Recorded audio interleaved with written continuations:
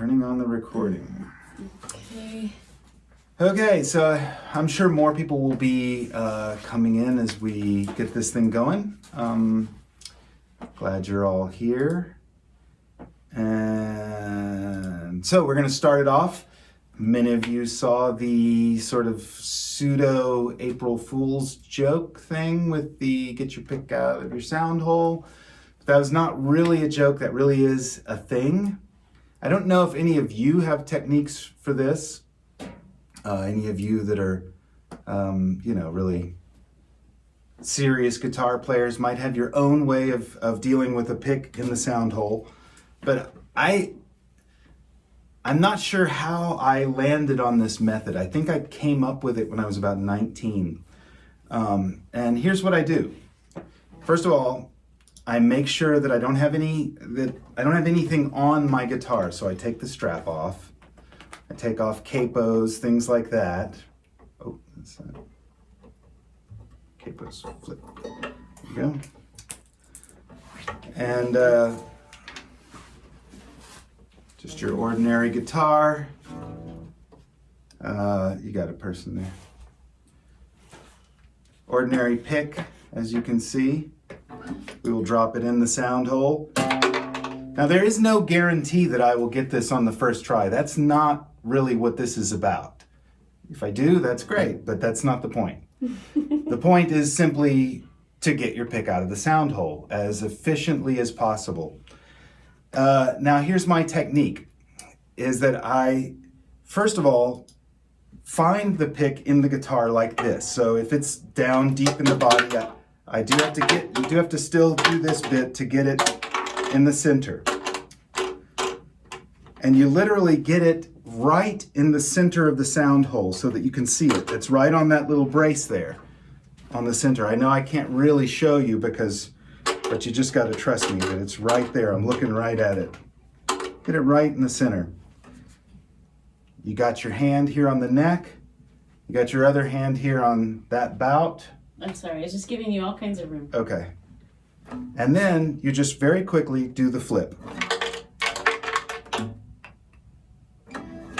It's out. So that is it. That is the technique. All right, we can... Neck, flip. But it's got to be perfectly centered. Uh-oh, I see some folks have lost their pick.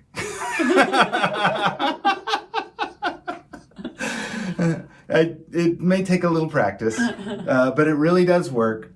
And hopefully you'll still be able to participate in the workshop. Of course, he got one of our picks stuck in a brace of the other guitar, and it turns out that I can stick my hand in and get it. Yeah, well, there's that. There is that. That would have been funny.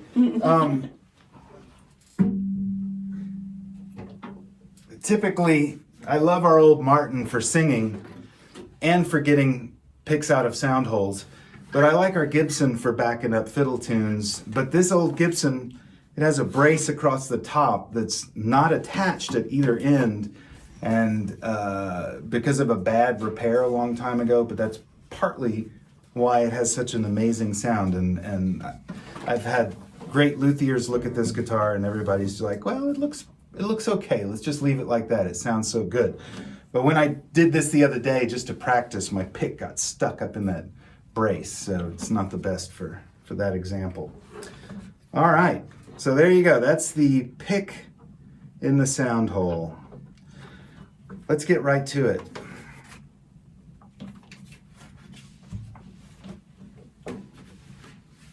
What model Gibson is that? This is a 1950 LG2, and it's a really fine guitar, great for backing up the fiddle and all kinds of things. I think it's really a versatile guitar for finger picking, singing, all sorts of things. I really like this one. Let's talk a little bit about, I know that I don't want to ramble too much, that's for sure, and that'll be easy to do in this situation, feeling like I've got all the time in the world, but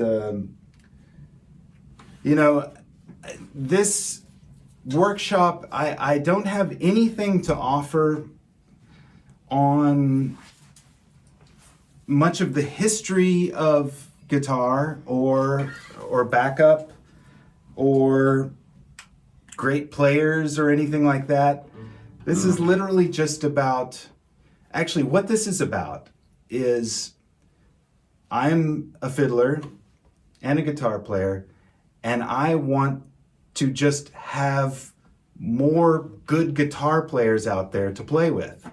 Because oftentimes it seems like it's sort of a subtle skill that escapes people for some reason, or it's easy to just not do what needs to be done to back up the fiddle. So this is just the way that I approach it. It's definitely not the right way or the wrong way, really. There's lots of right ways. I see people here tonight who are great guitar players who I admire immensely, who play very different than I do, and I love the way they play. So, this is just sort of an approach, and one that I started a long time ago, but when I met Trisha, it really kind of accelerated. And that's partly because she really introduced me to the sound that I have sort of attached myself to, which is mainly from her mentor's guitar players. Her mentor was not only her grandpa, Vernon Spencer, but also a man named Amos Chase who lived across the river. And he had two guitar players, Eldon Ray and Glenn Woolaway, and they just had this very powerful backup guitar style. And another one is a guitar player named Elvin Campbell, who played backup for Dwight Lamb on his left-handed style records he made in the late 60s and early 70s. And those are definitely a real treat, and really what I love about backing up fiddle comes from listening to those folks quite a bit. Let's see, anything to add on that, or you just pipe in anytime you want. No, nothing to add. Right. The role of the guitar player is certainly often a thankless job. If a guitar player makes a mistake, then it really stands out. Or if the guitar player doesn't do something that the fiddler likes, or does it differently than the fiddler's used to hearing, it really stands out in the session. So even though it seems like it's sort of like the grunt work of old time music, there's a lot of you hold a lot of power in your hands with the guitar. At least you can, and you can use it or you can abuse it. And so we definitely want to try and keep it away from abuse, or keep it away from just mucking things up. We want to keep things as simple and as clear as possible.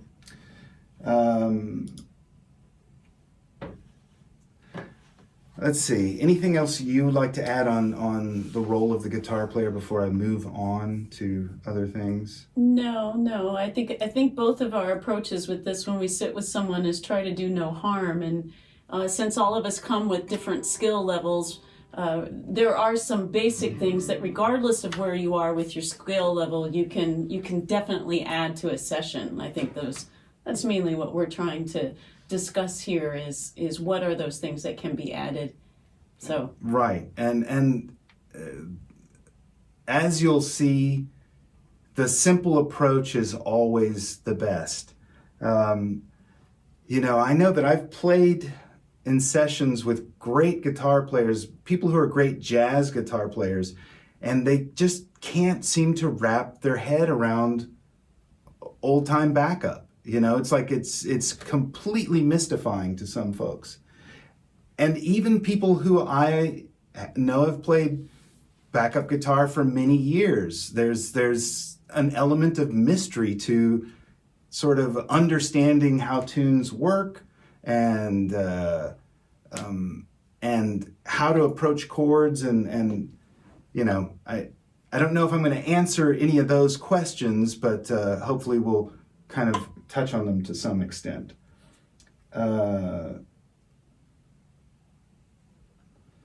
You know, the other thing that I encounter a lot is sessions where there are innumerable fiddle players and nobody really seems to want to play the guitar, or they just don't feel confident in doing it.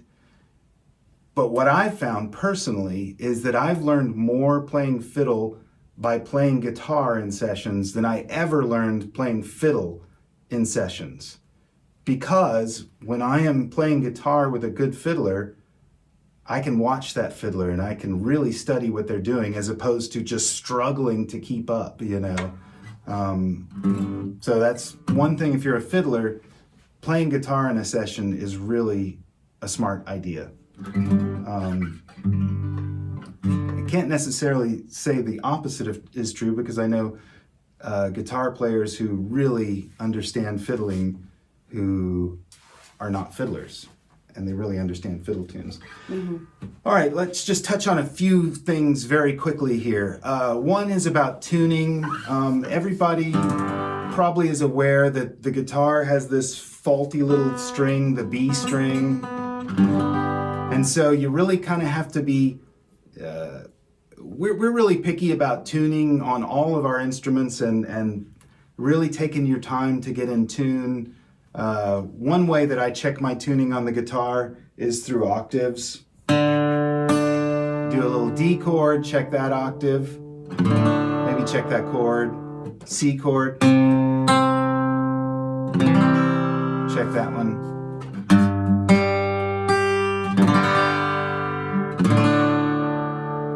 So I just go through and check the octaves like that and listen to all those chords and make sure my B string is settled in right with wherever I need to be. Sometimes you got to tweak that little B string depending on the key, and be aware of that. You know, your tuner may lie in that regard, depending on what key you're in. The other thing that I cannot emphasize enough is the use of a metronome.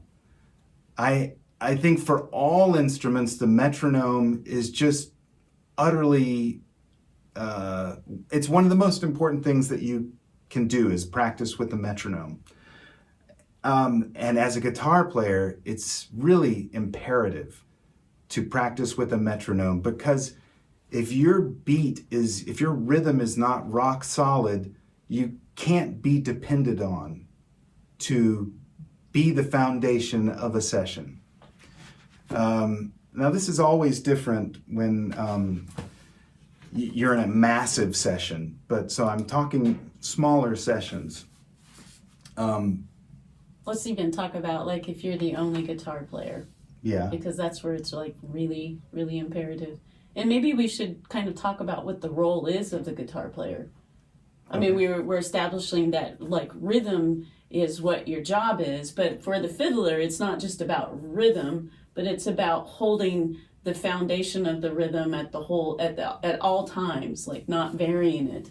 Because as a fiddler, or whatever the melody maker might be, fiddle or banjo, pretty much, they might be pushing that rhythm, syncopating it, or weaving in and out of that rhythm. So the guitar player has got to be locked in on that. So if you cannot, if you have a metronome and you turn it on and you cannot play consistently with the metronome, you have to practice doing that. If you can't do that, honestly, you can't back up fiddle tunes. You have to be able to do it. Well, you can. You just you just may not be one of the favorites. I don't know. Right, or you may rely on another guitar player to hold it together for you. And with all of which these, is okay. And with all of these things, it's definitely, we all come, like I said, at different levels, and it's always a work in progress. And I love it how I think all of us think we have good rhythm. I mean, you sit in a circle and everybody says, I have good rhythm. You really only know if you have good rhythm if you play with the metronome often. And the reason why I say that is because a metronome humbles humbles me and humbles you, and I've been playing for a really long time, and I think about it, and it still doesn't mean that you have impeccable rhythm. So it's just, if you don't have a metronome, this is your little poke to get one and start using one, because it does make us all better when all of our rhythms are better, for sure. Yeah, so you can have music without melody, but you cannot have music without rhythm. You can have abstract music or, something like that, but not the kind of music we're trying to make. You've got to have the rhythm. It's fundamental. We have old school metronomes here in the house. I use an app called Soundbrenner. It's free. It's a nice, simple little metronome app if you need to get one. That's a good one. Couple of other quick things, and then we'll get into actually playing the guitar. I'll just show you the way that I hold the pick. Long ago, I was shown what is called, I don't know if it was called this or not, but some of these things are just in the mists of my mind. But I always called it the bluegrass paw. And that is basically, you got your hand like that, and the pick just lives there, and the fulcrum is right there on that knuckle. And then, oftentimes I plant, or not. Sometimes I plant, sometimes I don't, but it's based on the bluegrass paw. I'll show it in the camera there, that camera. The other thing that I do, which I don't know if other guitar players do this or not, is what's called the rest stroke, which is that I play the string and then stop on the next string.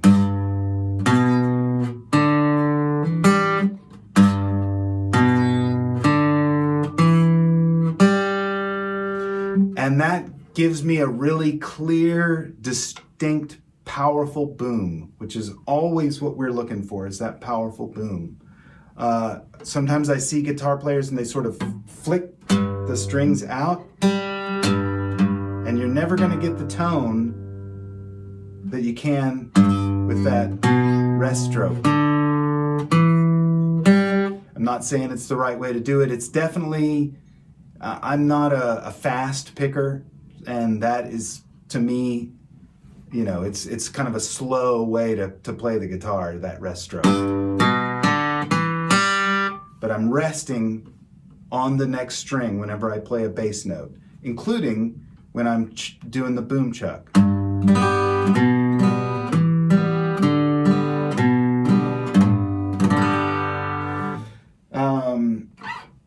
So let's get into the boom chuck. I'm sure most of you know or have heard of the boom chuck. It is simply the bass, the boom, and the chuck, the chord.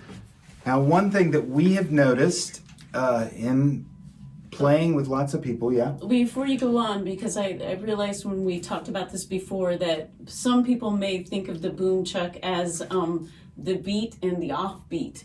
And so it might be important to establish what we're talking about with the boom chuck. So the boom happens on the actual beat. So you'll hear his bass note hitting the beat, and the little swipe, which is the actual chord that you're hearing, is the chuck, and that's the offbeat. And so for the instruments that are playing, you constantly have the beats and then the offbeat at the same time. And when you're in jams, what happens often is that depending on the instrumentation that you have, the guitar is responsible for giving everybody what is on the beat as well as the offbeat, and then the other instruments fill in that space. So there is this dead space between the beat and the chuck. There should be nothing there so that the melody can do its thing in there, or whatever else you have with instrumentation. We talk a lot about having the big boom because often here we don't play with the bass player, which would change a little bit about what we're saying, but we'll get back. So if you're not sure what the boom and the chuck means, remember we're talking about the note that happens on the beat and then the strum on the offbeat. And now one thing that we've noticed is that a lot of times guitar players are more chuck heavy. They are, they're kind of like, and we kind of asked ourselves, why is that so often guitar players are chuck heavy and not boom heavy? And there's a few reasons for this, but I think the simplest explanation is simply that it's easier to hit a bunch of strings than it is to hit one string precisely. And when you're playing a bass note, you're trying to find that precise bass note. And the chuck is strumming several strings at once. So it's obviously just easier to hit a bunch of strings. And I think that's part of it. The other thing, as Tricia said, there are times when you want to emphasize the chuck. Those times are when you have a bass player, because oftentimes your boom will be lost. And so, or if you're singing country songs, the chuck is really nice as opposed to the boom. So those are some examples of when you would want to flip that. But typically, for when you sit with us, we like to hear it solid on the 1 and the 3. That's the booms. 1, 2, 3. 1, 3. Well, I guess that's not the 1 and the 3, but whatever. It's the beat and the offbeat. The beat and the offbeat, yeah. The beat, the downbeat. Yes, the downbeat and then the offbeat. So one thing maybe we could do right now is start. Let's start. Let's play. Let's go ahead and pick a G chord, and what we're going to do is be mindful about making sure that you're hitting a clear boom, and then I want you to think about your chuck, and little by little probably lighten up your chuck, but try to get the boom be more precise. And Howard was mentioning his rest stroke. The other thing that happens when a person does the rest stroke is that it does deaden the sound to where the guitar is not having sound continuously coming out. So the boom is happening, and then there's space, and then the chuck. So you kind of want to make sure that there's a little bit of dead space as you do your boom chuck. So maybe you do it all together. Okay, I want to really talk about dead space too. But let's just play for a second. And I know that for many of you this will seem like a waste of your time. Like, why am I playing a G chord? But I promise we'll keep moving. We'll keep building. So we're just doing a boom chuck, no alternating bass. Please join me. But we're gonna try and do it nice and slow, just to try that rest stroke, trying to emphasize that boom, and trying to make that chuck just a whisper. Just be gentle with it, because we don't want to overdo that. A lot of times I don't even chuck at all. And I'm sorry, before we go on, Howard mentioned a term of alternating bass. We can get into that later, but what he's going to show you right now is that he's just emphasizing, I don't know what note this is, G. But he's just hitting the G note with the chuck and no other notes to go along with that. So this won't be too long. So Here we go. 1, 2, 3, 4.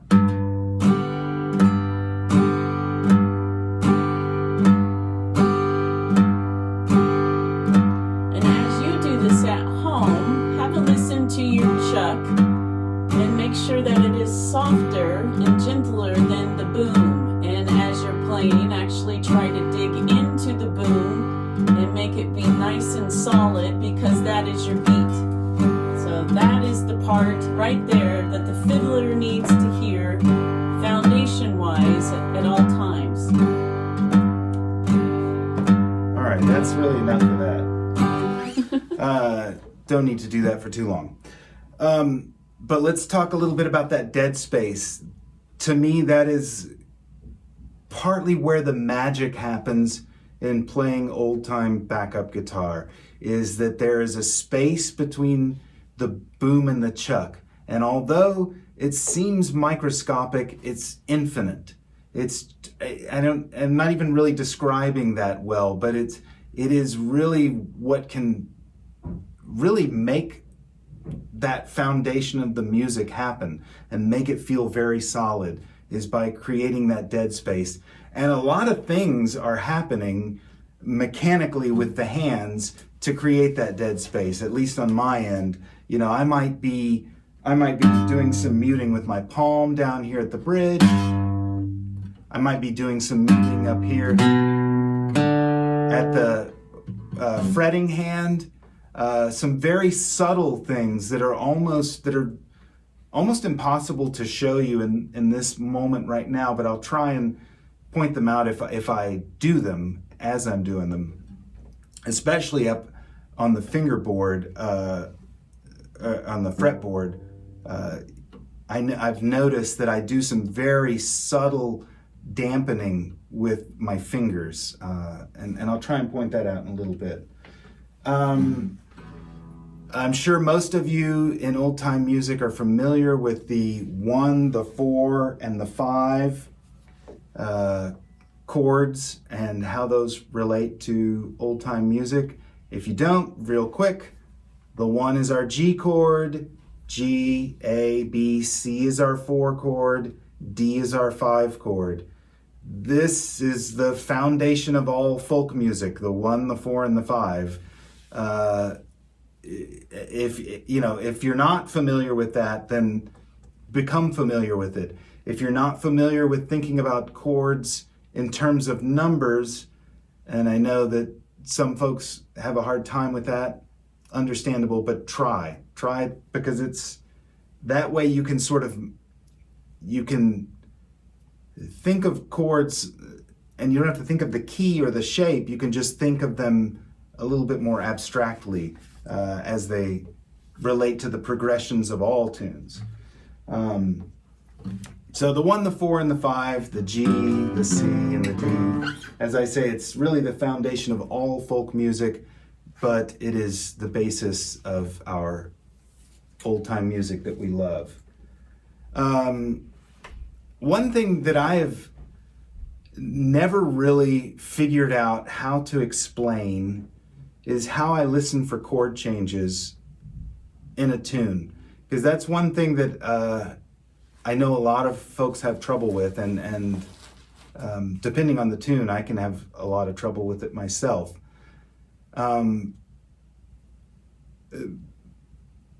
But all I can say is that understanding the fiddle is one important aspect, but somehow I think about chords physically and the way they make my body feel. And I know this is kind of a weird way to describe it, and you may get nothing from my description here. So just see if it helps. But I actually, when I hear the tune going along, I physically sort of listen for when my body wants to move to those sort of soft spots in the tune that's like, okay, there's a chord, and there's a chord, and I just sort of let my body fall into them. And I don't, like I said, it's not something I've ever really learned how to teach, or until very recently thought about teaching. So this is kind of new for me to describe how I'm listening for chord changes. Because that is definitely imperative, is understanding chords. Now, one of the ways to understand chords in fiddle tunes is through the use of the template that we call the old-time accompaniment pattern, also known as Missouri rules. Now, I think the term Missouri rules, and we're going to play some more here in a bit. I know I feel like I chat and talk, but I have a lot of stuff to say. I think the Missouri rules term was coined by Charlie Walden, I think. That's what I heard. Right? I think. I think he came up with that term, which is It's definitely like a good term. But we got the old-time accompaniment pattern from R.P. Christison, who wrote the Fiddler's Repertory, which has a lot of Midwestern fiddle tunes written in it. And the only reference we've ever seen to Christison saying anything about the old-time accompaniment pattern is in a review of a Pete McMahon album from several years ago. And who wrote this? Did Jim write this? Yeah, Jim did. Okay. Jim Nelson wrote this review, who's one of my favorite guitar players. And he just says that R.P. Christison gave it the term the old-time accompaniment pattern, which here he listed as 1-5-1-4-5. It doesn't say going back to the 1. We'll go back into that later. I also have reference to it in an older book here. This is Ira Ford's Traditional Music of America, written in 1940. And here at the very beginning, he has a little section where he talks about accompaniment. So you can't really see it on Zoom, but you can see it here on the other camera. And he's talking about accompaniments, and he says, there is dissonance in this style of accompaniment which changes in the progressive notes of the bass. The old-timers, knowing nothing of the rules of harmony, called this dissonance the discord change. Remember that, the discord change, when they seconded or chorded to these traditional square dance tunes. And then he's got a few chord patterns here, which are basically, we'll get the old O-tap board out here. 1, 1, 1, 1, 1, 1, 5, 5, 1, 1, 4, 4, 5, 5, 1, 1. This is what Ira Ford's got in his book here. Now, one thing that we'll need to cover are these last two little notes. So this is what we're about to jump into right here. Now, this 4 chord, that's our discord change, and we'll talk a little bit about that too. You'll notice something in fiddle tunes. Can you just play something for us? Mm-hmm. Something, I mean, you can play Long John, that's fine. Okay. I just want to talk about the structure of fiddle tunes real quick. And this will explain the discord change, although you'll have to hear it, so bear with me for a minute. So what we're going to talk about is horse, donkey, horse, cow. And you'll notice that there are 2 horses, horse, donkey, horse, cow. And in our chord progression, we've got 2 different chord progressions here on horses, even though she's going to be playing the same thing. I'm probably not explaining this well. Play the tune and we'll talk about it. Here's horse.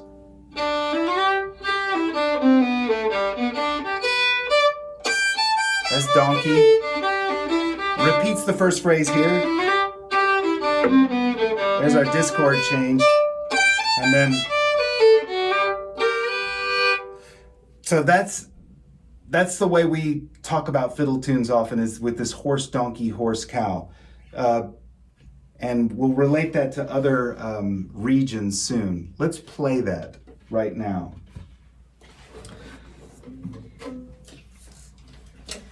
Here's what it sounds like.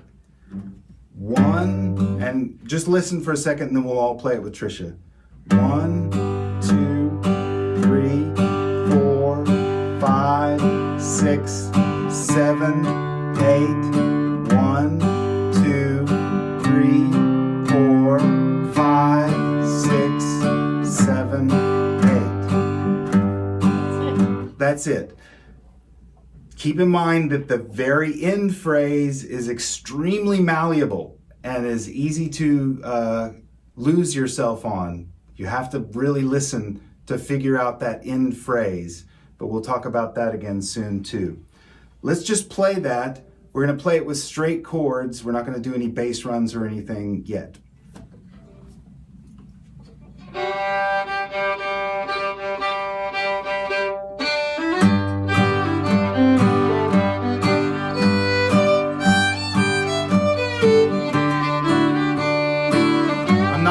coordinating at all.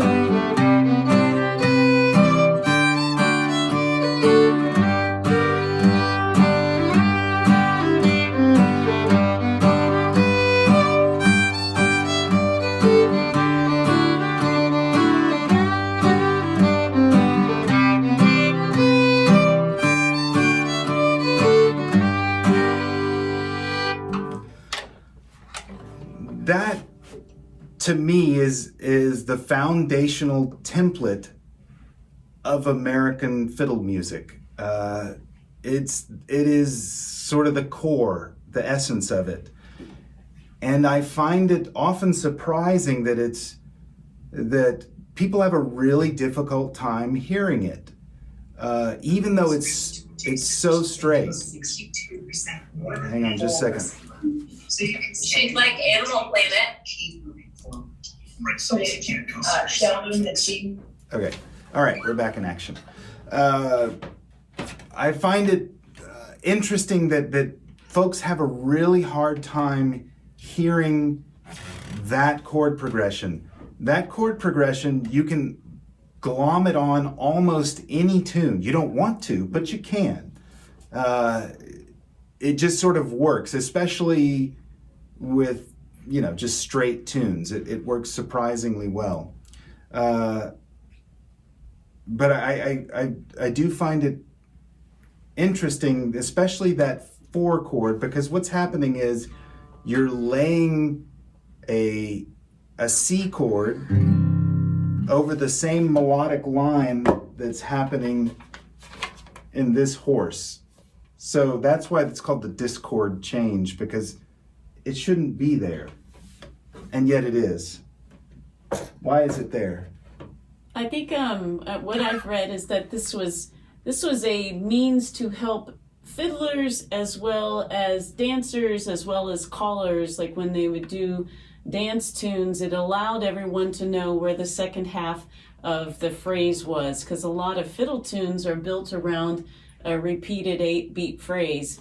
And so since the phrase could be repeated 4 times, you might lose count how many times you've done it if it's the same phrase. But if your rhythm behind you is always giving that push on the second half of it, then you only have to count to 2, which helps. Got something in the chat? Yes. Neil. Okay, someone's asking about how we came up with the horse donkey, horse cow. This is based around basically how fiddle tunes are put together. So you're thinking about 8-beat phrases, and in a fiddle tune, there's 4 beats, which would be this. So that's the horse. Donkey is. Now horse again happens with the fiddle tune. Same as the first phrase. And then the tag, which is different than everything else, is called the cow. See how they kind of relate? See, like, there's the horse, and then the donkey's kind of like the horse, but it's not exactly a horse. And then there's another horse, and then there's a cow. Which is like Still an animal. Still like got 4 legs and hooves, but it's a totally different animal, and that's your tag. It's just kind of a way to understand the phrasing of fiddle tunes. And for some people, depending on where you come at this, sometimes tunes seem very random.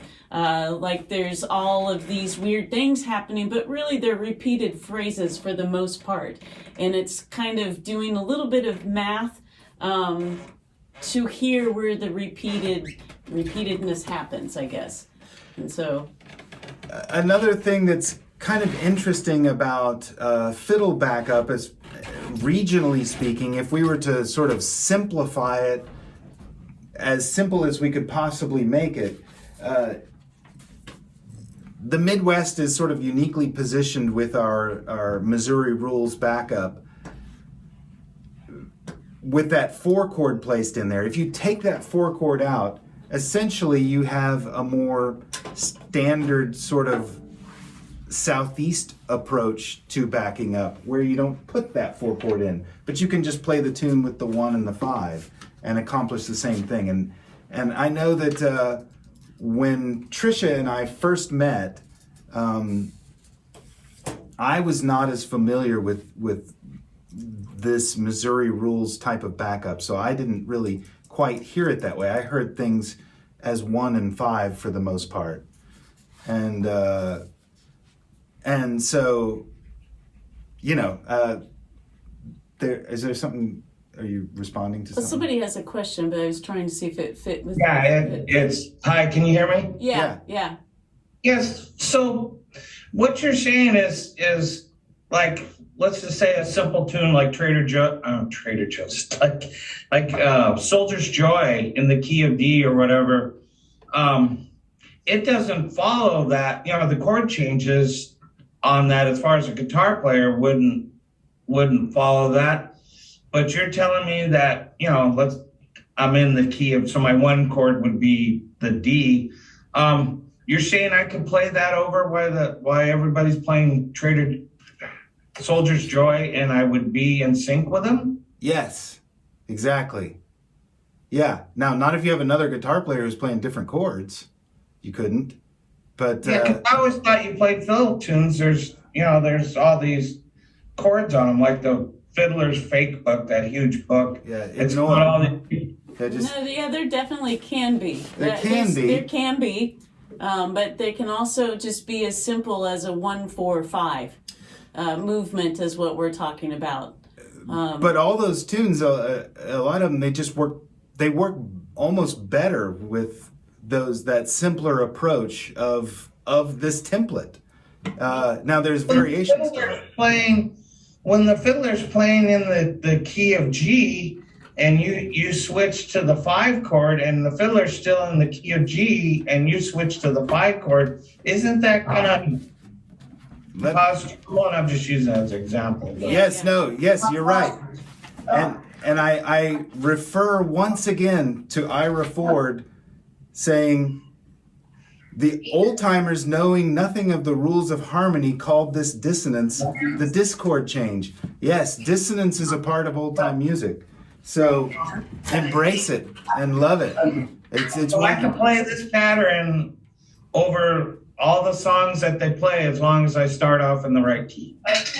I would never say all. Always, yeah. But I would say a lot of them. A lot, and you know, here's the thing: if you already know how a tune goes, because there are, I tell you, a lot of talented guitar players sitting here right now with us who have done a lot of study, who've studied the sources and know how the backup should be. If you, by all means, know how your source should be played, you should play what you know. But if you come and sit with me and you're trying to back up a tune you've never heard before, I guarantee you could probably play that template with every tune I play, and it would not cause me to lose my ability to play the tune.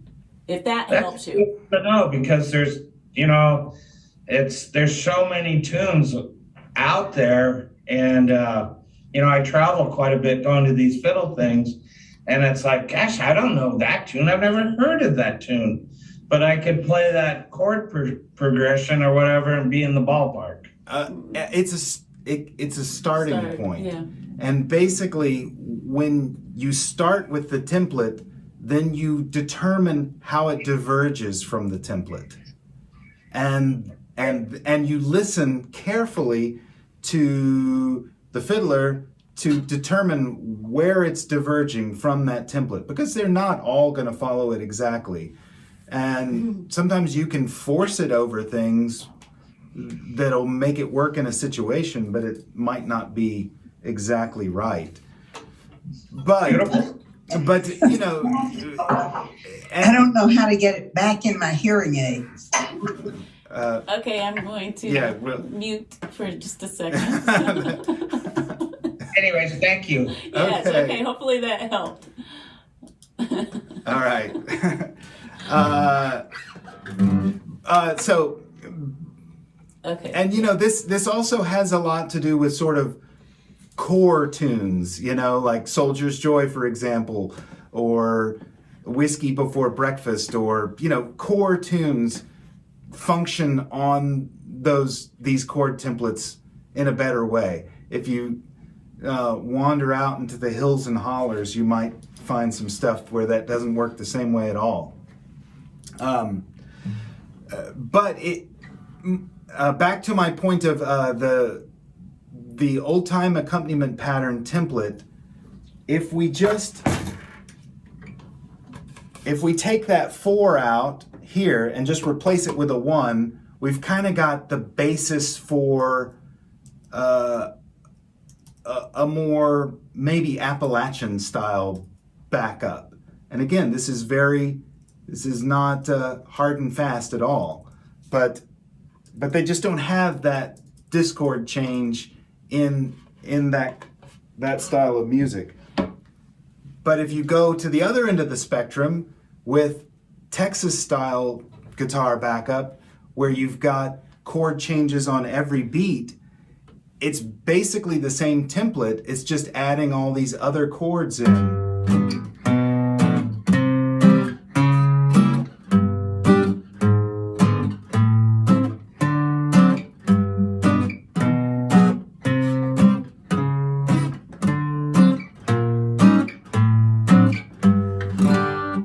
That's basically the same template, but with the Texas chords to it. So really the template exists over all of our music. It just is subtly modified according to the region and the tune. And of course that can go from subtle to extreme, I suppose.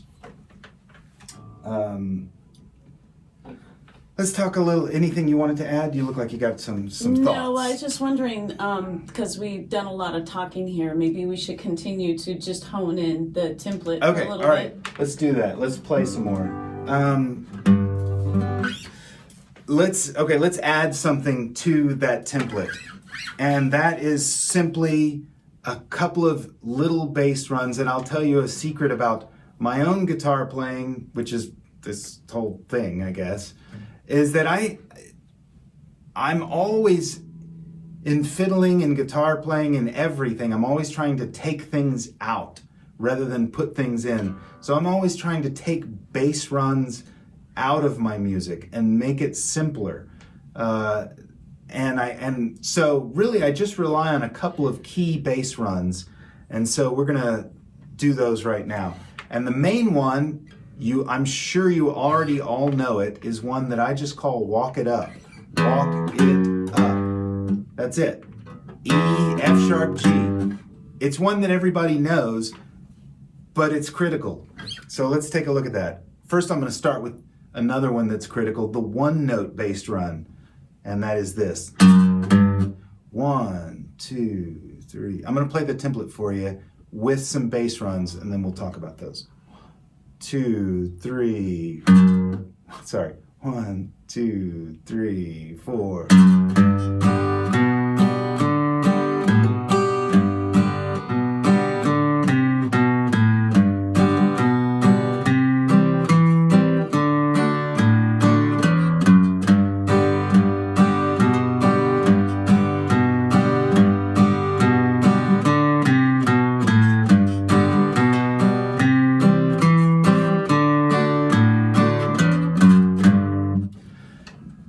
That is basically most of what I know on the guitar, right there.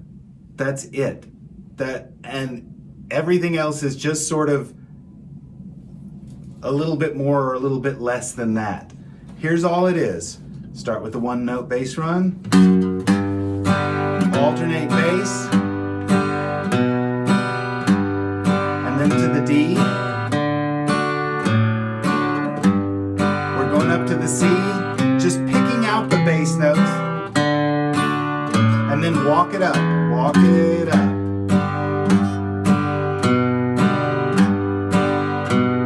Go ahead and join me. We're walking down, I'll tell you what that is.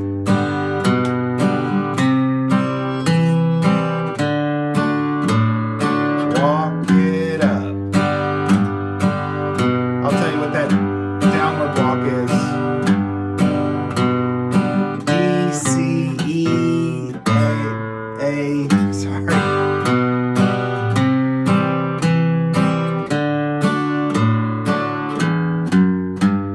Let me show you what that is. I couldn't speak. That walk down from D is D, C, B, A, and then back to G. So it's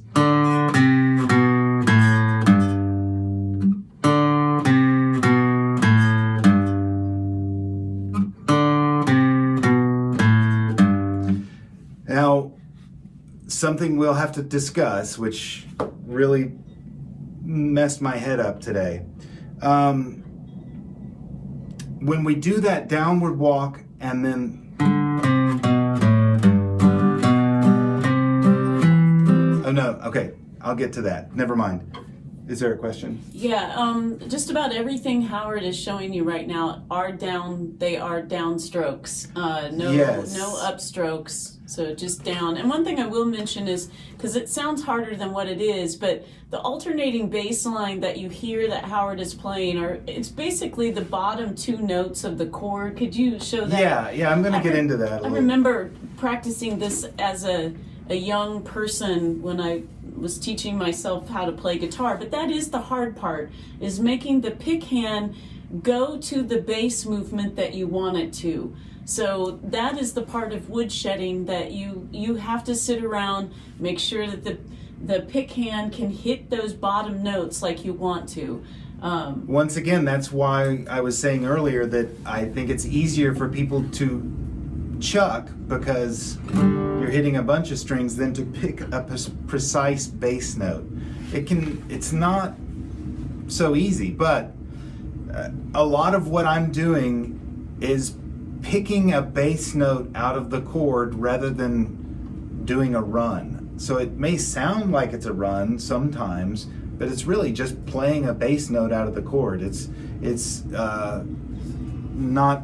definitely not complicated, or I wouldn't be able to do it. Okay, so these alternating bass, that's just my G chord. G, B, G, B, G, B, D, A, G, B, C, E, D, walk it up. Now, one thing I want to talk about on the downward thing is something that I often do as well, which is I don't even play a chord. So notice on this, I won't even play the D. Sorry, try that again.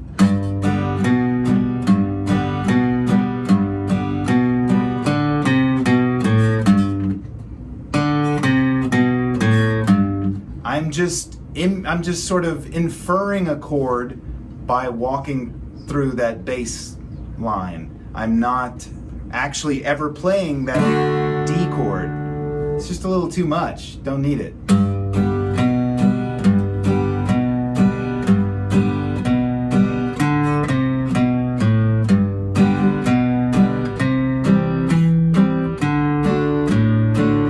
I do it here too.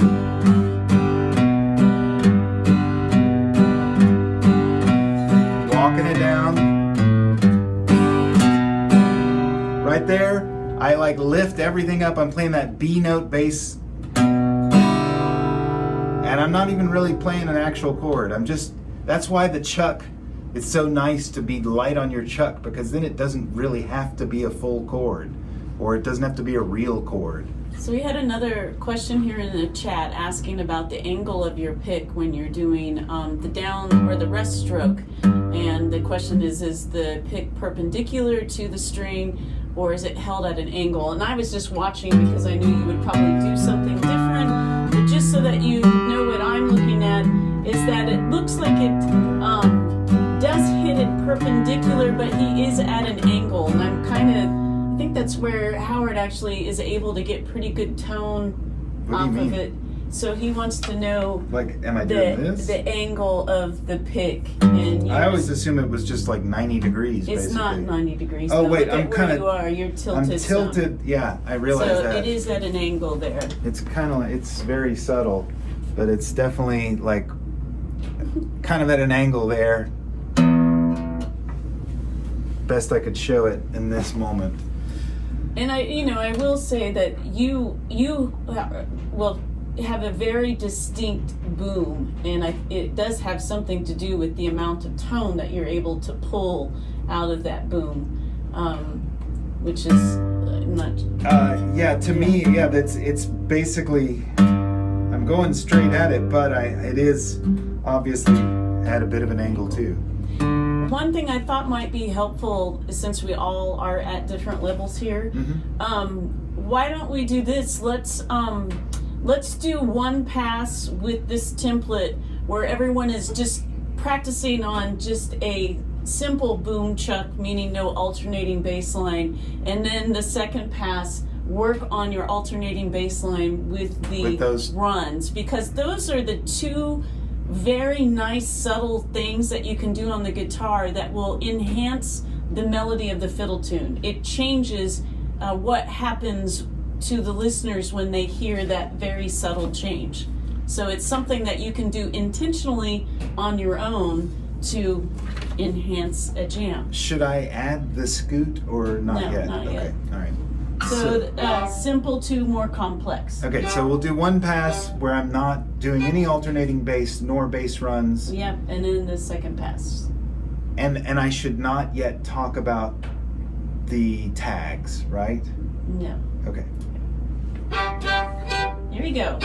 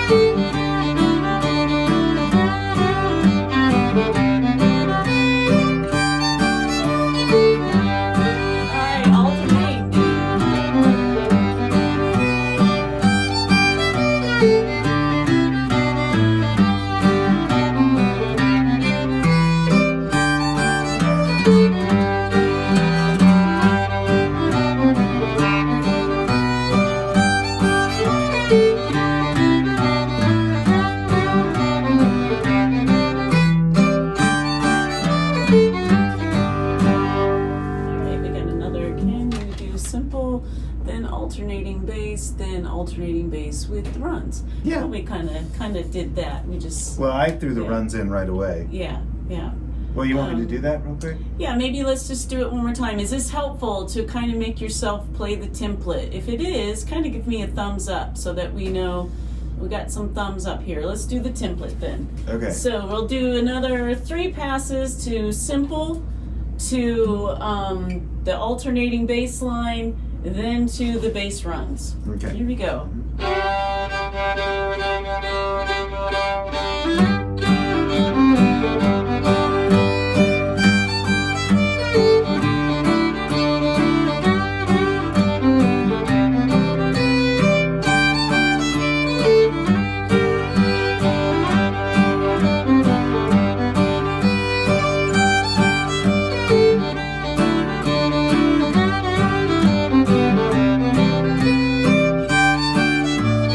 Alternating bass.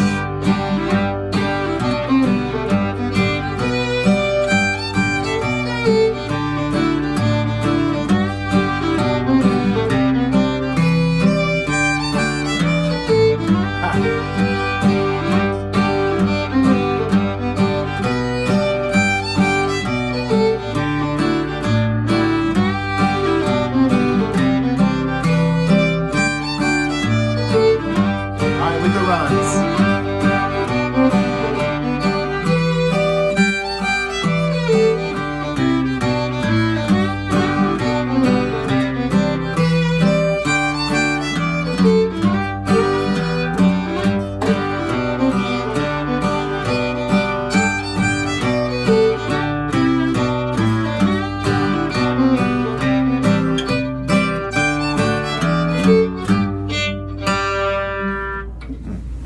So that's kind of Maybe nice. that It's is like okay. three already variations. I wanna show one more thing. Okay. Just Yep. what I wanted to point out earlier, I was kind of like rambling on a little bit about how you can sort of, it's like a spectrum the way chord progressions work regionally in old time music. And I just want to illustrate that real quick by playing the different chord progressions. First time I'm going to play it with just the 1 and the 5, and then I'll play it with the Missouri rules with putting the 4 chord in, and then I'll try and play it with the Texas chords. And you can see how all these chord progressions work great for this tune. None of them are right and none of them are wrong. They're just different. And that kind of also points to that when you are the guitar player, your role is to actually try to give your fiddler what they want. And John Herman had one of the best quotes I've heard about fiddlers. He said, "The fiddler may be no good, but he's always right." And the point to that is that you got to give the fiddler what the fiddler needs in order to pull off the tune. And since all of us fiddlers have limitations to what we're capable of doing, it may not take much to make us fall apart.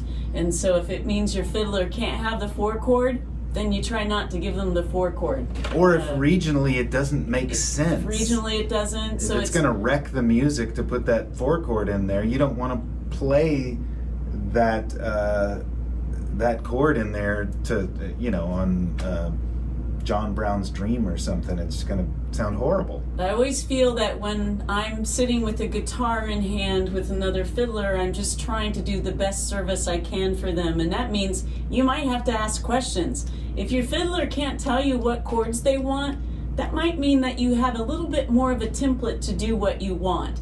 If the fiddler says, "You know what?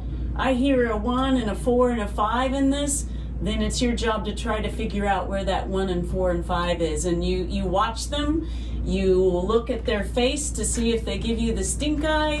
That's all down at the bottom. Oh, sorry. I jumped ahead. We'll get back we to will doing get back to that. What Howard wanted to do. Okay, I'm going to just try this real quick. We'll see if it works. Could be a total train wreck. It's just 1 and 5 first pass.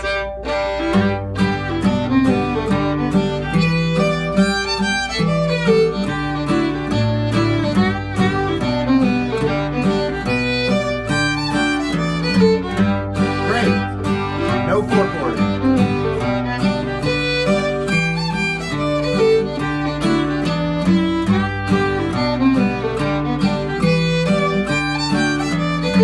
Now the 4 chord.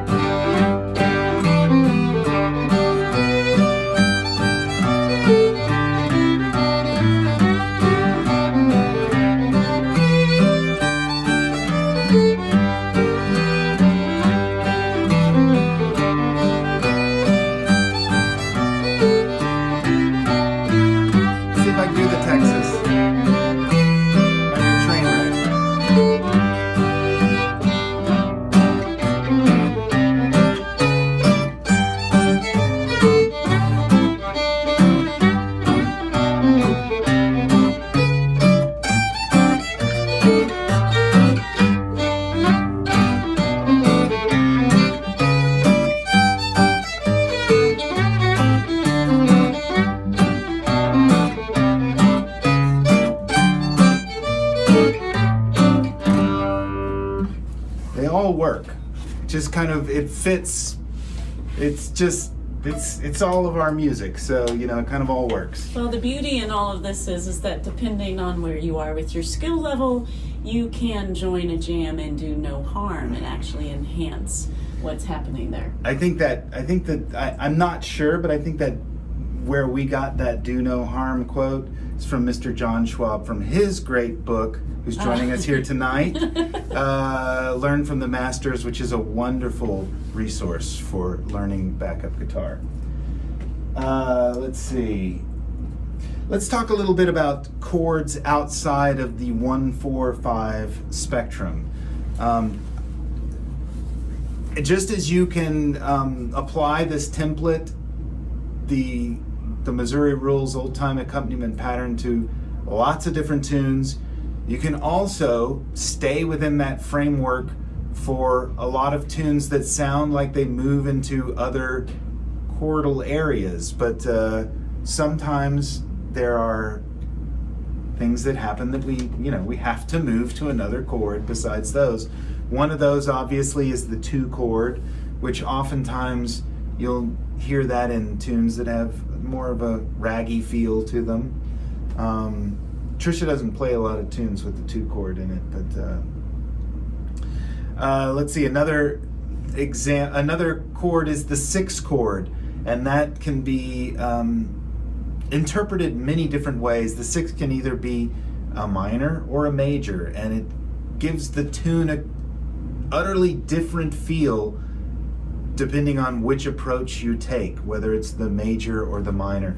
The 6, okay, we're in the key of G. G, A, B, C, D, E.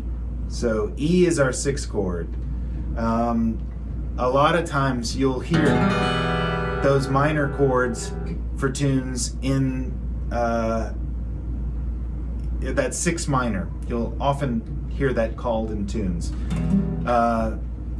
My suggestion is I love minor chords, but I always try and I try not to go there unless I really feel like the tune calls for it specifically, or the fiddler calls for it specifically.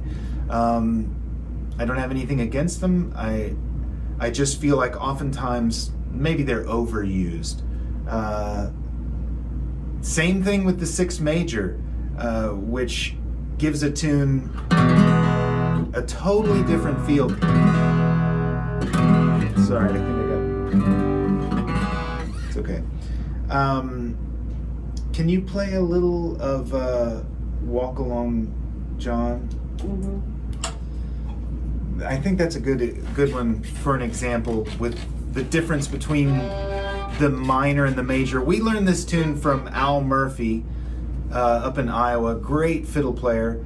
His wife, Alita, plays backup guitar for him, and she chooses the 6 minor for this tune, which sounds great. However, when I play it with Trisha, I like to give it a little bit more grit, and did I say minor or did I say major? You said she plays minor. Yeah, she plays the minor, but I like to give it a little grit, and to me this tune just sounds great with a 6 major. Once again, 6 major can be overused. You've got to be subtle about these things and not just pile everything on at all times, So let's try it. If I'm playing this with Al and Alita, I play it Alita's way. This is their tune. We learned it from them. I will play it the way the way they want it, and I watch her and I play what chords she plays. If I'm playing it with Trisha, I like to play it a different way. So let's play it Al and Alita's way with the minor. You might be able to hear the difference. Let's see. We'll just play it a couple of times through. You're welcome to join in. It's just a G and an E chord, really, I think.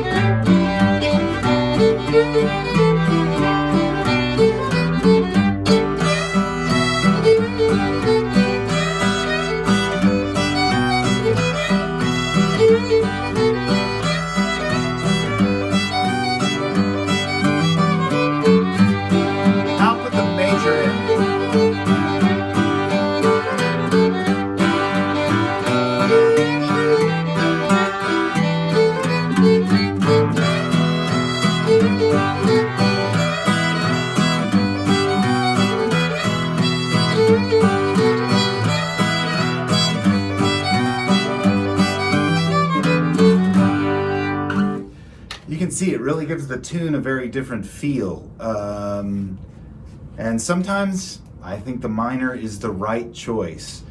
Sometimes I think the major is the right choice. And all this really kind of comes down to preference and taste. Sometimes you might play that 6 major in a tune and you'll get a lot of frowns. Sometimes you might play the minor and you'll get frowns. It just depends. I think what I'd like to mention though is like with all of these, there's a time and a place for any kind of trial and error. If you are sitting with a fiddler, you get to do whatever you want between you and that fiddler. If you're sitting in a big jam, you kind of got to do with what the big group is doing because that will sound best. So remember to kind of look and see what's happening at the moment that you're doing things. And I wasn't sure if you were getting to this, but I know you're talking about these alternate chords, but I always feel like there is a test to kind of figure out what comes next. Could you talk about that? Like, for example, you and I are sitting in a jam, you've tried the one's not working, you've tried the 5 isn't there, you've tried the 4, it's not the 4, then to me there is a series of chords you should try next. So well, again, I use this sort of body movement thing. If I feel like a push, I know that's a 2 chord. That's that A chord. So if I feel that push, then I know that's the 2 chord. What are you looking at me like that because for? it's so funny, you and I look at this so different. Because yes, I hear you. Okay, wait, let me, before you tell me your method, I know my method doesn't make sense. That's why I teach one workshop a year or one workshop a decade or whatever.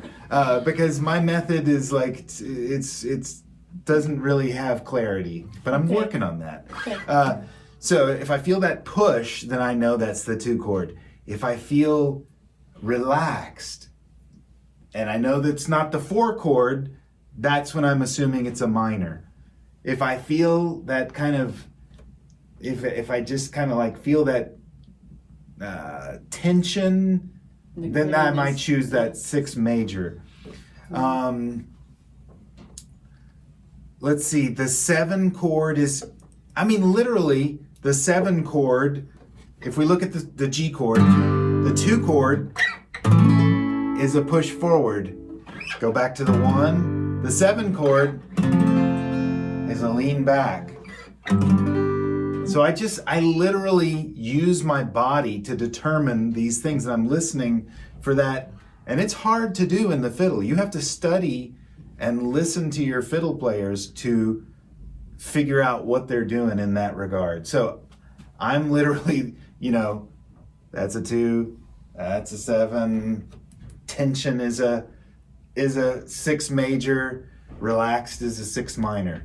Now, how do you do it? Well, mine's not really like that. I just tell people that, to me, they're the odds of what might be happening. Playing the odds is good Playing too. the odds is good. If you're, I'm not even going to go with the 2 chord, because the 2 chord, you would probably know in a jam that you were going to be playing a 2 chord, because the tunes would all kind of sound raggy, and or you might get a warning. Or you might get a warning. But to me, like, if you've tried your 1, 4, 5, the next one is probably you try the relative minor. Most likely, yes, because if it's not the relative minor and somebody forgot to tell you that they were doing modal stuff, then you got a 7 coming. Mm-hmm. But I feel like a lot of times chord changes are overlooked. They're thought about too much. And one thing that you can always boil down things to, if you don't know what to do, a good friend of ours said, ride the 1 and what is it? Ride the 1 and strive for tone. You don't want to also be spending so much time trying to figure out what the chord changes are to where you just got a big hot mess. So, if you just reduce it back to the template, that the 1 and 5 are the basic structure of our music. So you can take that and then build on it. I realize that you're down to I got 15 minutes. So I just want to just briefly touch on straight tunes and crooked tunes. My approach is very similar with crooked tunes in that I'm listening and using my body to tell me when they're, there's a little extra measure, or there's something's been taken out of that. I kind of have this thought, or recently I've been thinking about this, that crooked tunes in modern old-time music have kind of messed us up a little bit and made us think that tunes are more complicated than they are, or something like that. That really, the classic tunes like Soldier's Joy and Bill Cheatham and, just the classics. That's like what you want to root yourself in and then go from there. But a lot of people have started to root themselves in very obscure, crooked tunes. I'm one of them. I spent many years rooted in utterly obscure and crooked stuff. So, I'm guilty of perpetuating that entire thing. For years, people didn't want to play with me, and because I played such crooked tunes, and I probably chose them because I didn't want to play either. But just be listening for those little additions and subtractions. But I think you need to root yourself in core tunes, like really simple tunes, and then figure out how they diverge from those simpler tunes. This is a nice segue. Someone has asked, what if we're playing in the key of D? Mm-hmm. And obviously with all of these, be familiar with your 1-4-5. So for example, in the key of D, you would need to know your D, E is the 2 chord, F would be the 3. You just need to know your D, G, and A. But since they brought up D, let's do the template for the key of D real quick. There, obviously, we could go into all the keys here, and we've only got how long is it? Hour and a half long workshop here. So we can't do everything tonight, but let's do D, because we got a nice D tune for you from has the template from a Kansas fiddler named Bert Payne called Mississippi Snag Boat. And don't let me forget to talk about the tag too. All right, so D, E, F, G, and A. So D, G, and A, that's our 1-4-5. Try and watch and hang on. We'll play it for a little bit, and then I'll talk a little bit about some stuff that I'm doing. Some very important stuff.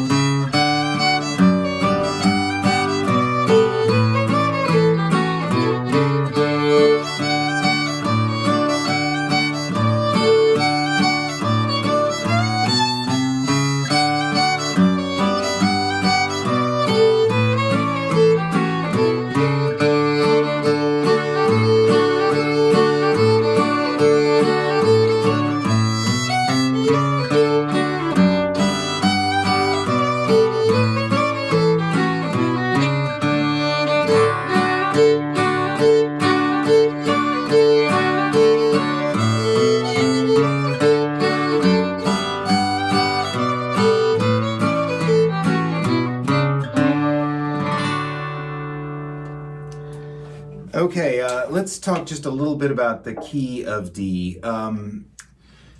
This is another thing that I've noticed about, I don't know if this is true with every other backup guitar player. As I said, I don't really often study a lot of this stuff. I just have listened to a lot and I hear a lot, and then I just sort of apply it the way I think it is, so I could be wrong. But when I am alternating my bass notes, I am always alternating low to high. Let's go back to the key of G real quick and I'll show you this. So when I say low, high, I'm literally alternating my bass notes. Low, high, low, high, low, high. Okay, so like low, high, low, high. And they all do that except D. D is high, low. Listen. Low, high, low, high, low, high, high, low, low, high, low, high, high, low. Back it up. For some reason, D is flipped. I don't know why. I don't have an explanation. I don't have even any theories, except that when you play high, low in other keys, it sounds like Johnny Cash. That doesn't sound like old time music to me, so it's always low, high.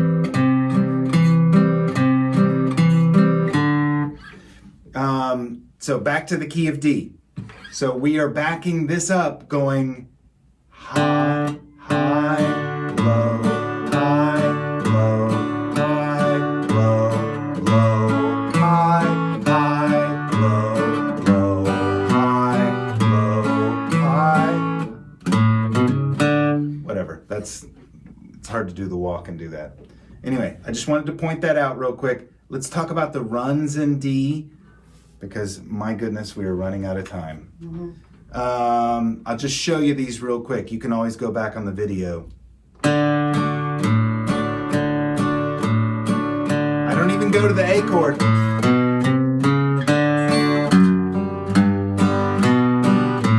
And walk it up, walk it up. Same thing. I don't even go to the A chord.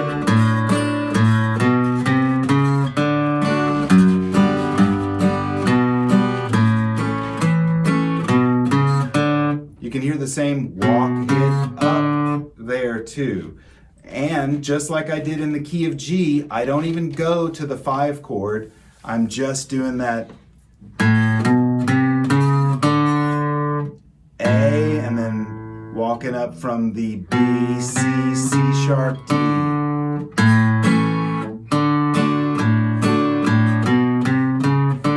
Hopefully that'll be clear, because there's no way I can slow down enough to really break this down in the amount of time we have left. Let's see here. But I will try and do that one more time for you, real slow.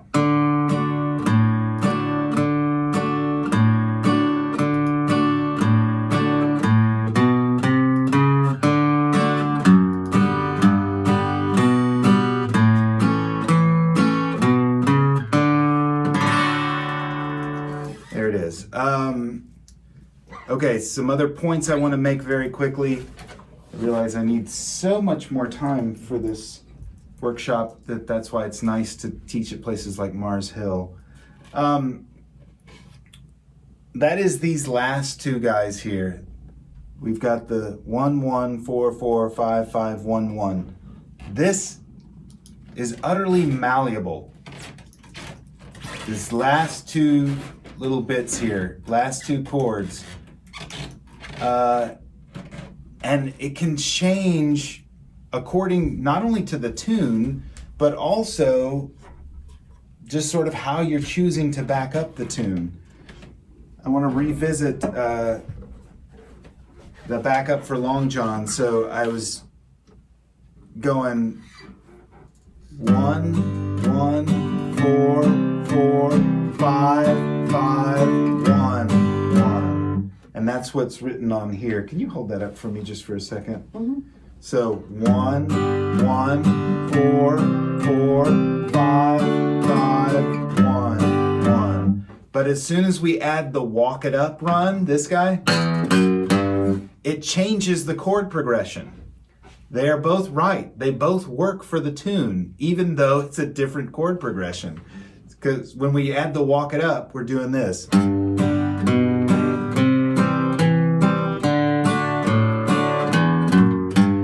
So what's happening there is by walking it up and playing that F sharp, you're sort of inferring a D chord. So it becomes 1, 1, 1, 4, 4, 5, 5, 5, 1.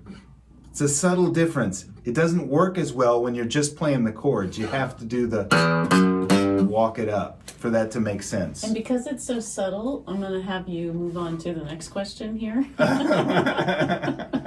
And someone's asking if you could do the template with your bass runs for the key of C. It would be nice maybe for you to show them all. Okay. Can you do C?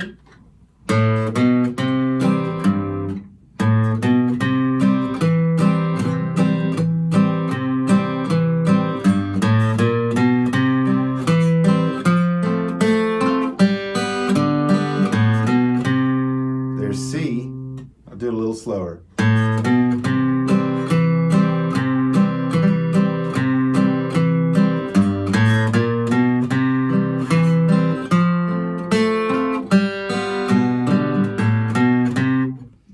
A lot of You times used to do it different when you could bar it when you were not hurting your hand, right? I can do it that way too. It's kind of nicer this way, but it'll hurt his hand.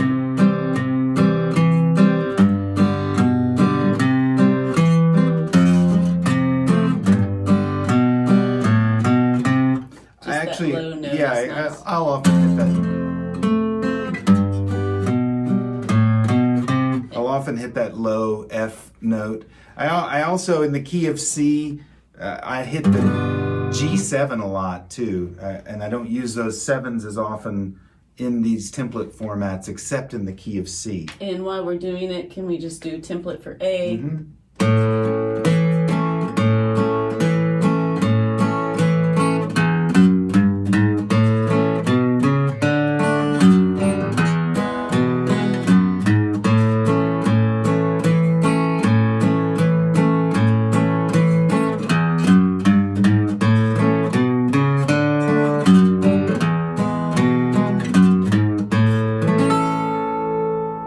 There's A.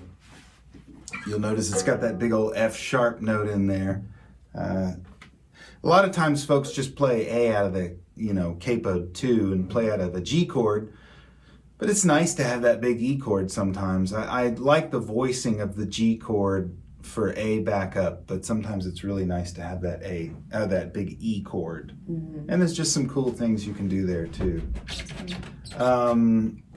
Let's do one more tune and then we'll open it up for some questions. I know we're probably going to go a little bit over, so if you've got to bail on us, please feel free to do so.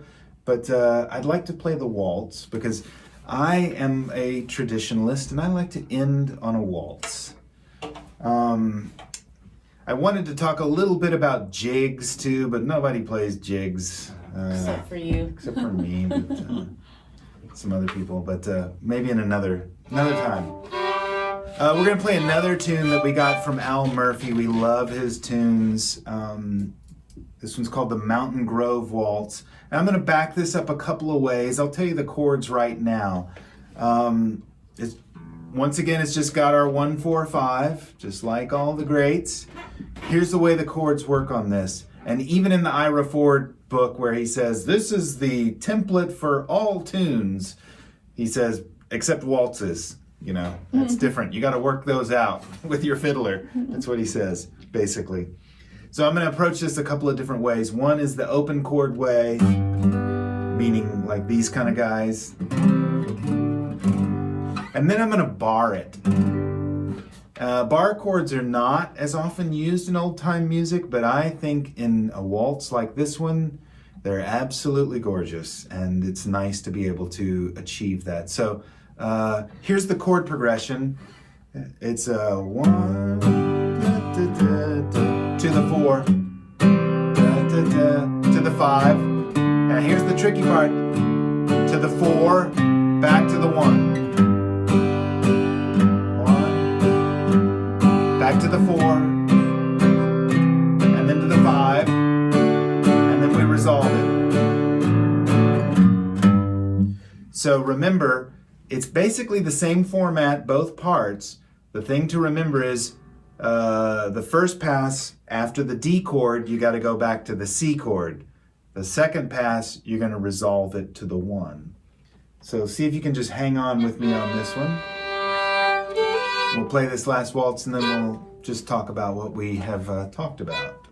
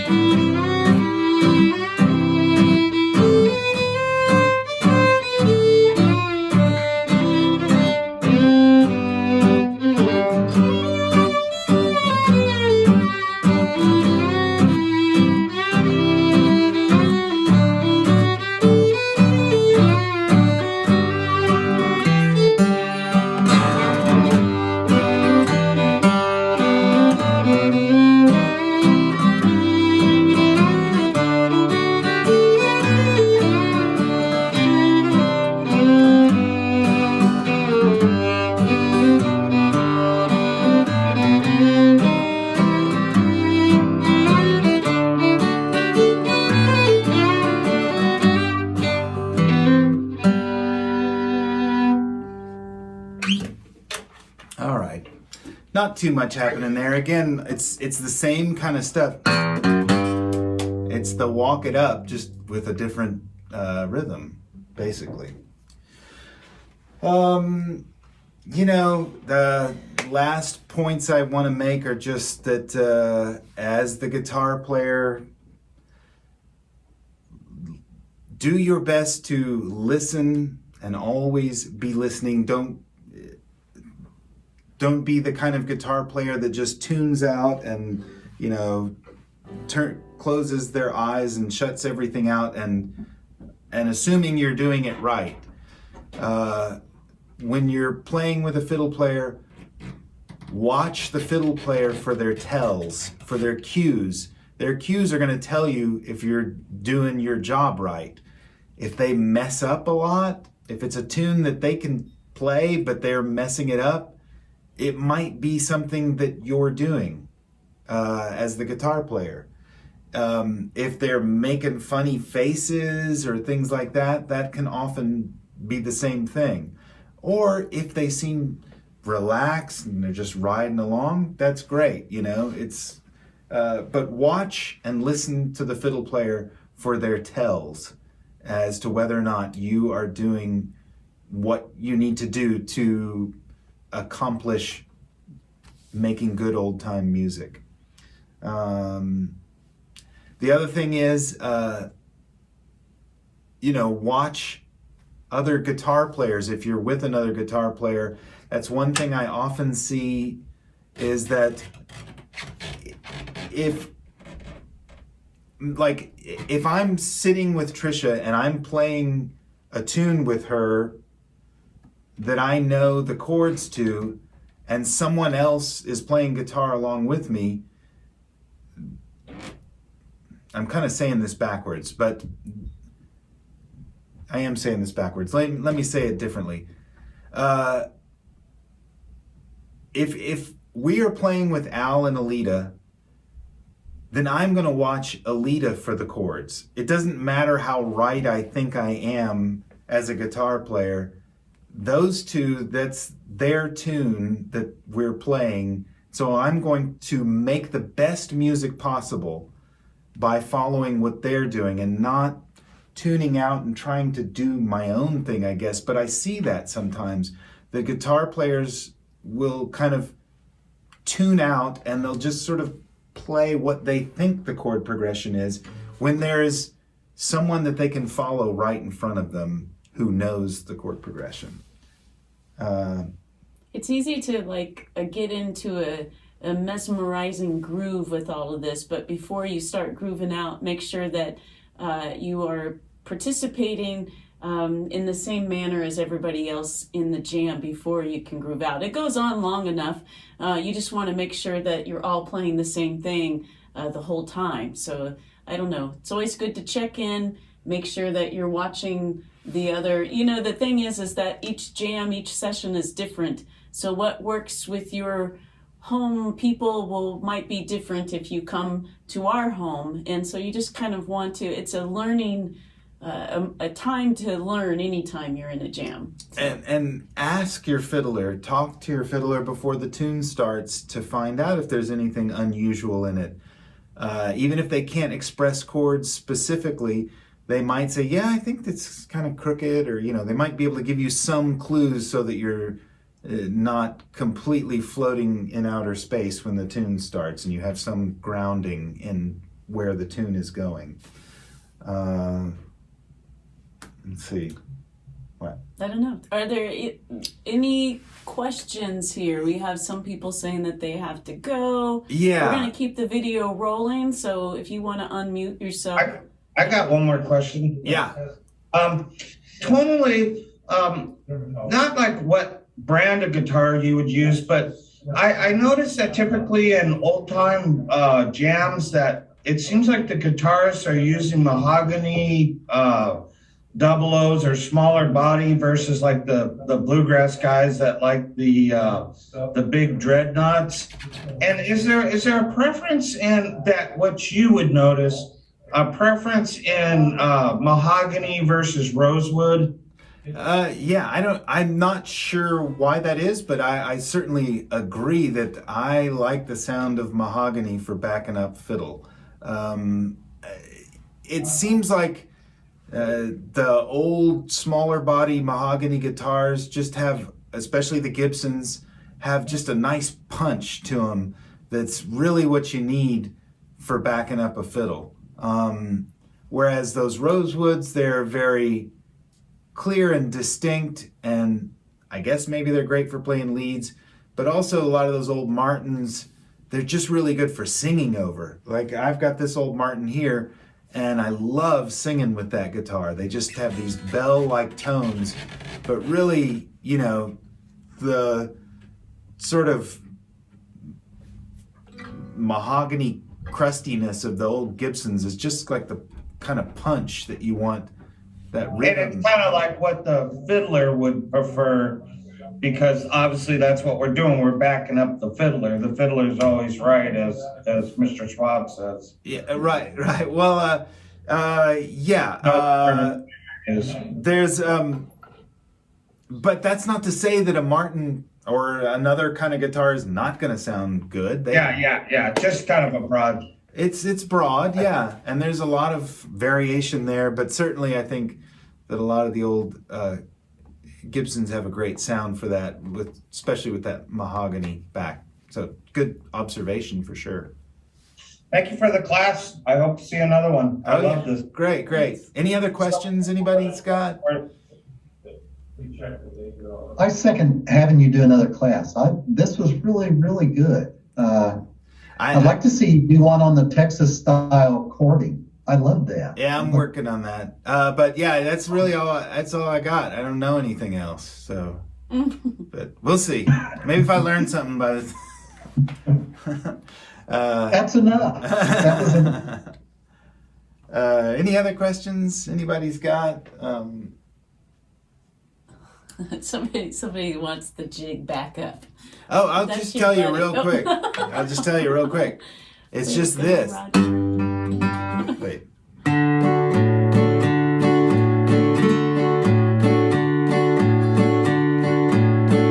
It's not Irish jig back up at all, but 1, 2, 3, 4, 5, 6, 1, 2, 3, 4, 5, 6, 1, 2, 3, 4, 5, 6, 1, 2, 3, 4, 5, 6. It's like a cowboy jig.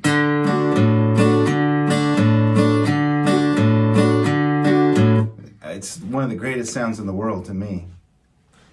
The other thing regarding metronomes, just thought of this. When you practice with your metronome, make it sound like your metronome swings. That's when you know you've got your rhythm locked in, is when that metronome sounds like an actual instrument and not just a click, click, click. You can make it sound like an instrument. Is there anything else? No, just some thanks. Thank you. Well, I think we are over our time. It's been too short, but an absolute pleasure. And feel free to email us with any more questions or thoughts. And thank you so much. This really is what Howard and I think about, is like we want to be better ourselves, and we also want to help other people be better, because we love jamming. And I think that's everyone's ultimate goal, to be able to make the best music that they can at that moment. So thank you for joining us, because that means you're trying to make better music as well. So anything that we can do to help each other.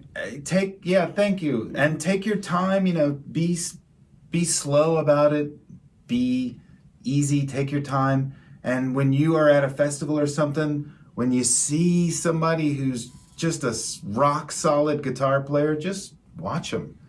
Watch what they're doing and listen to them and try and cop their licks, Okay, I think that's all we got, folks. We'll see you next time when we do something like this again. Hope that you all got something out of it, and we'll have that video up for you tomorrow. Thank you. Bye, everybody.